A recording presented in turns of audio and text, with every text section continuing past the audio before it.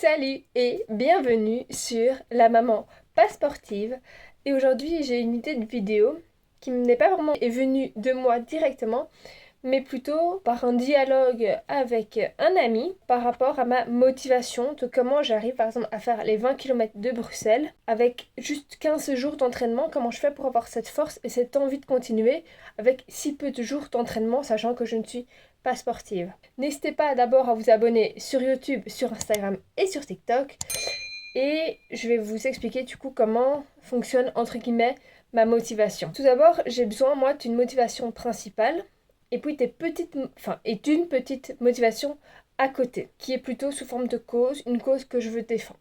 Donc comment ça se passe? Tout d'abord, il y a la motivation principale qui est quelle a été ma motivation personnelle pour me remettre au sport. Cette motivation-là qui va m'encourager à acheter le matériel, à faire mon planning d'entraînement parce que voilà, j'aime beaucoup faire le programme d'entraînement, les plannings d'entraînement, voir une évolution, j'aime cette façon-là d'accompagner. Et puis quand je suis occupée de marcher, de faire mes kilomètres, si c'est compliqué, si j'en peux plus, si j'ai des ampoules aux pieds et que voilà, j'ai envie de me dire stop, quelle est cette façon qui va me dire maintenant tu continues, tu y vas.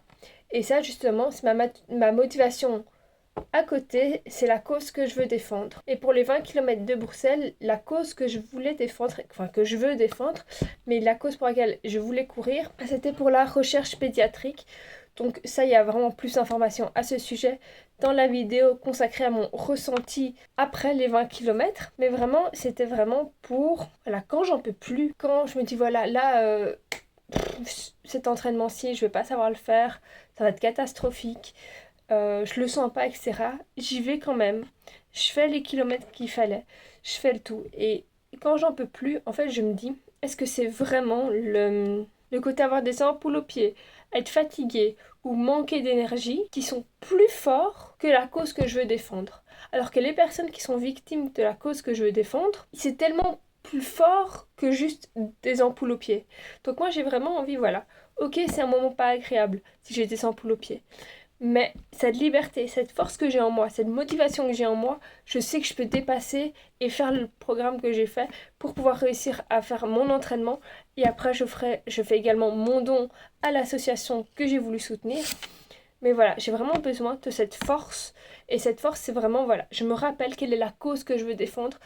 Et c'est pas mes ampoules aux pieds ou c'est pas un manque de motivation ce jour-là qui vont me faire oublier la cause que je veux défendre et l'importance que ça a, parce que trouver une cause, c'est pas toujours facile, ça m'a mis du temps. Parce que trouver une cause qui ne me correspond entre guillemets qu'à moitié, je voulais pas. Parce qu'alors, j'allais plus facilement savoir me détacher de cette cause.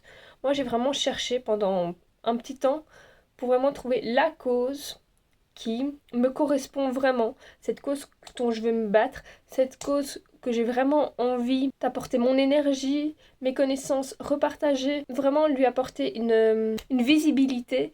Voilà, c'est pour ça que je me bats, c'est pour aider cette cause. C'est pour... J'ai besoin de cette force, j'ai besoin d'amener tout ça et toute cette force et toute cette énergie en moi, je le garde pour quand je m'entraîne, pour au moment de la course, pour ne pas abandonner et pour continuer, parce que c'est vraiment quelque chose de très très important. Alors oui, je sais, c'est peut-être une vidéo assez courte, mais je trouve que c'est très très important de comment rester motivé, parce que c'est pas toujours évident. Et donc là, c'est vraiment, on reste motivé, et comment garder cette niaque et cette envie de continuer malgré les douleurs, malgré la fatigue, malgré que ce soit une journée sans, une journée où on n'a pas envie.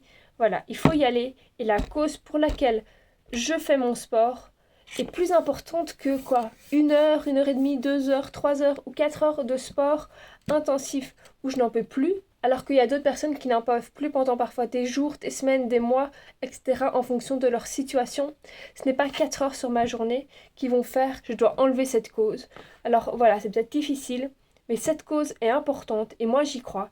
Et je donne mon maximum et c'est comme ça que je fais pour continuer. C'est vraiment avec cette énergie en moi. Et j'espère vraiment que vous arrivez également à trouver votre motivation. N'hésitez pas à me dire si vous avez la même stratégie, entre guillemets, de motivation que moi pour rester motivé, pour continuer, pour y aller.